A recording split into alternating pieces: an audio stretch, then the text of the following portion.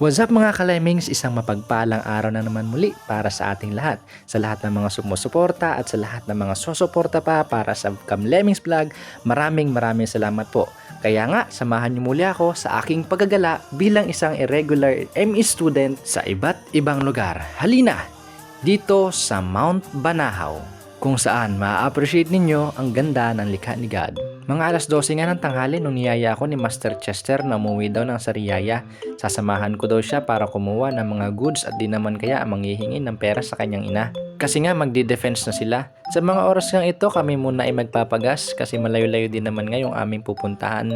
Pero hindi ko naman talaga alam kung saan pa talaga kami pupunta at di ko pa naman alam kung gaano kalayo ang aming pupuntahan. Tirik na tirik nga ang araw sa mga oras na ito. Kaya nga napajacket na rin ako. Aba, sayang ang nayasin na ba? Cherries! At ayan nga, nakarating na kami sa Ibaan. Medyo may ginagawa pang tulay kaya medyo matraffic sa lugar na yon. Kaya nga nung nakalis na kami dun talagang binanata na ni Master Chester ng pagmamaneho. Iyan nga yung aming mga lugar na dadaanan bago kami sumapit sa Sariaya. Malapit na nga pala kami ito sa Barangay Hall ng Ibaan. At kami ngayon nakarating na sa munisipyo o barangay hall ng Ibaan. Hindi ko nga alam kung yan nga ba ay munisipyo o barangay hall.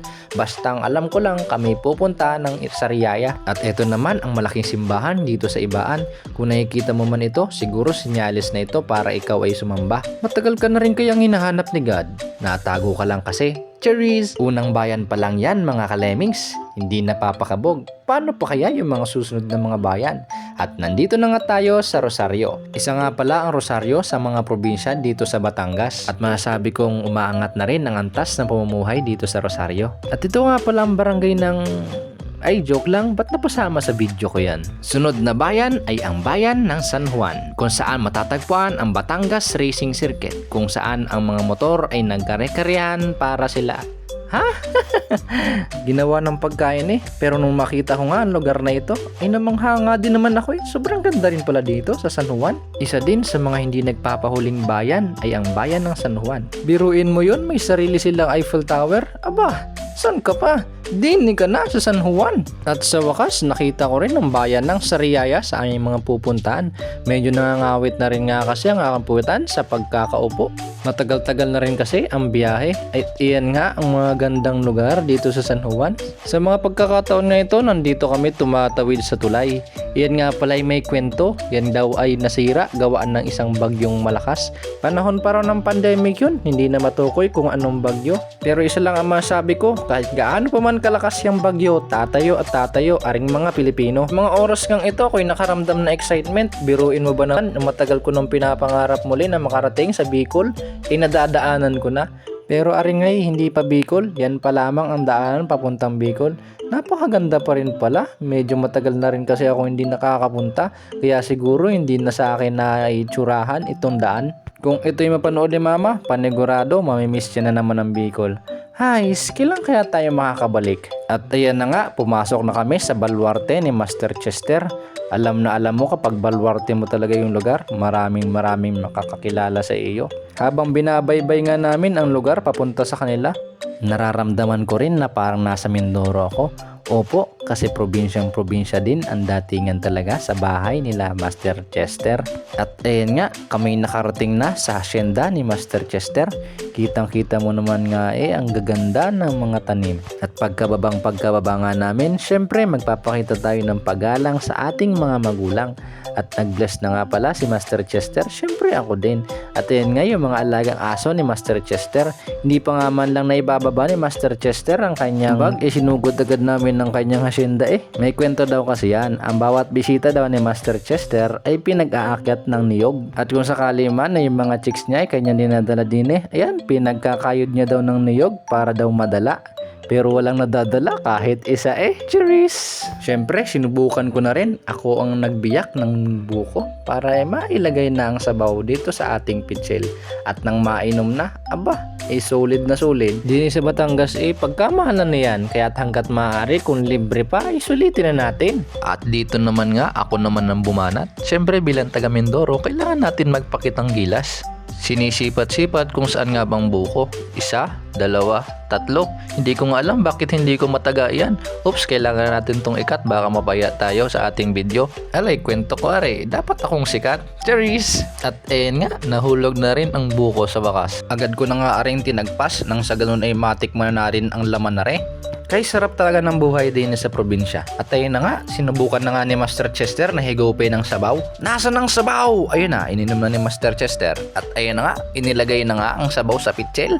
All goods na nga to mga kalemmings. Bago ko nga pala makalimutan mga kalemmings, shoutout nga pala sa mga nagpapa-shoutout. Kay Master Christian Kunag, kay Master Chachi, ilan nga lang po yan sa mga malupit kong kaklase. At pagkatapos nga po niyan, ayan na, nandito na nga po tayo sa loob. At agad na nga po akong nag-ayos diyan kasi kakain na nga daw po kami. Alay sa lahat ng aming pupuntahan ay nakakain eh. At pagkatapos na ho namin kumain ay agad na ho kaming umalis. Kasi nga po may lakad pa rin po talaga. At na-recognize na nga po tayo dyan ni ate. Cheers! Joke lang, pinakaway ko talaga dyan si ate. Kay sarap nga po ng kanyang empanada. Pagkatapos nga nun mga kalemmings ay bumiyahin na nga kami ni Master Chester. Ayan nga, kumakaway na rin sa amin yung aming pupuntahan. Sabi nga ni Master Chester sa akin na ipapakita niya daw ang ganda ng buong Sariaya. Pero bago nga po yun, ayan, opo, ganyan po dati ang aking driver. Cheers! Dito nga po kitang kita na talaga ang ganda ng buong Mount Banahaw. Kaya nga po ako'y napaibig ng pumunta na. Ay sadya nga naman eh. Pero bago nga po yun, kami muna ay may dadalawin. Sabi ni Boss Chester ay pupuntahan daw muna namin ang kanyang lolong pumanaw. Dito nga ay mais na iparamdam ni Master Chester ang kanyang pagmamahal sa kanyang lolo. At pagkatapos nga nun mga kalemmings, tara na, samahan ninyo ako dito sa Mount Banahaw. Nabiyahe pa nga lang kami niyan mga kalemmings, nararamdaman ko na ang lamig ng kapaligiran. Dito naman po ay safe na safe din ang daan. Sementado na rin po ang ating dadaanan kaya hindi na rin po tayo mahihirapan. Dito nga po sa paanan ng bundok ay marami na rin nga po nagagandahang mga bahay. Pero makikita pa rin nga po natin ang ganda ng kabuong kapaligiran. Kulay luntian at maririnig ang tinig ng mga ibon. Kaya kung nature lover ka, mai-enjoy mo ang ganda ng kapaligiran papuntang Mount Banahaw. At yan nga po ang mga tanim na mga repolyo. May sapat nga pong klima para makabuhay niyon. At dito nga po ay ramdam na ramdam ko na ang lamig at ang ginaw ng hangin. Tayo'y nakasunglasses nga po diyan para naman mapaghalataang tayo'y turista. At ayan naman po, nakarating na nga tayo dito sa Cafe Kalayo. Opo, dinadayo nga po yung kape dito kahit ganun siya kalayo. Cheers! At dito nga po, tanaw na ang buong Sariaya. At may mga kasabayan din po pala kami ditong turistang nagsisipunta. Tsaka ang alam ko po din ay bundok na bundok laang, yun pala nga ay view deck. Kaya pala din tinawag siya ni Boss Chester na Mount Banahaw View Deck. Dito nga po ramdam na ramdam ko maging isang turista. Kala mo nga naman ay maraming dalang pera. Ang wallet nga po niyan ay naghihingalo na. At ewan ko nga ba sa'yo, bakit gala ka pa ng gala?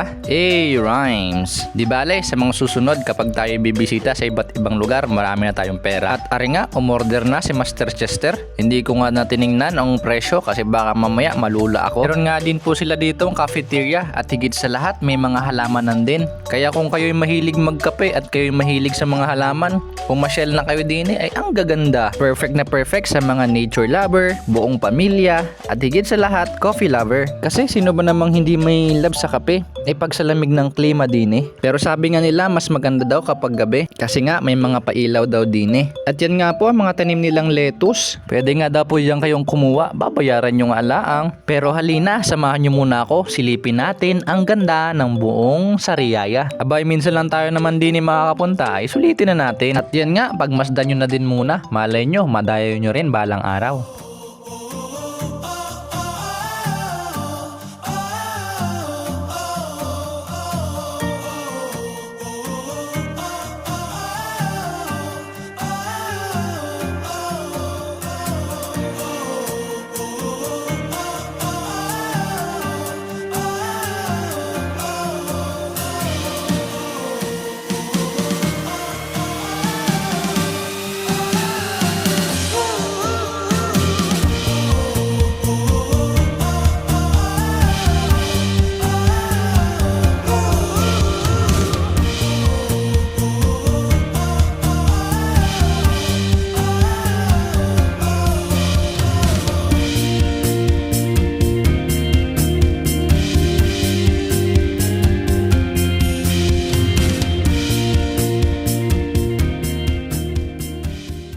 Opo, ang way po ng kanilang pagtatanim ay naka-hydroponics. Isang makabagong paraan ng pag-aalaga ng mga halaman. Marami na rin nga po palang gumagawa niyan at ngayon lang nga po kami nakakita. At ayan nga, dumating na ang aming order. Huwag nyo na nga pong tanungin kung magkano ang presyo, basta magdadala lang po kayo ng extra money. Dito nga pinag-uusapan namin ni Master Chester kung paano kami makakabayad. Charis! Joke lang, pero sabi niya nga kung kami daw ay maglalakbay, dapat talaga magdadala ng maraming pera. Hindi daw talaga sadya ang paunti-unti lang kasi baka mamaya masirahan kami ng sasakyan o di naman kaya ay maplatan kami ng gulong. Kaya dapat sa mga magta-travel magdala ng extra pera. Mas maganda rin kasing handa ka sa lahat ng pagkakataon. At pagtapos nga namin magmerienda, nagpicture-picture muna kami. Para syempre, masulit din ba? Nagpa-video na rin ako para sa aking pang-intro. All in all, nasulit naman namin ang aming pamamasyal. Sobrang saya at sobrang ganda talaga nang mag-travel ka lalo kapag ka marami kang dalang pera. Kasi nga po makakapunta ka talaga kahit saan. Ayan nga po ang mga tanawin na makikita nyo po dito sa view deck. Kung kayo po'y pupunta, sulitin nyo na po para hindi sayang ang inyong pamamasyal. At ayan nga mga kalemmings, kami lalarga na rin kasi may pupuntahan pa talaga kami. Pupuntahan pa po kasi namin diyan ang aming fabricator. Hoping na enjoy ninyo ang ating pamamasyal. Kahit sa kaunting vlog lamang, naipakita ko kung gaano kaganda ang mga lugar dito sa Quezon. Basta kung nagustuhan ninyo, huwag niyong kakalimutan mag-follow, like, and share ha, para mas marami tayong maabot. Kaya maraming salamat sa inyong mga suporta. Hanggang sa muli mga kalemmings. Paalam!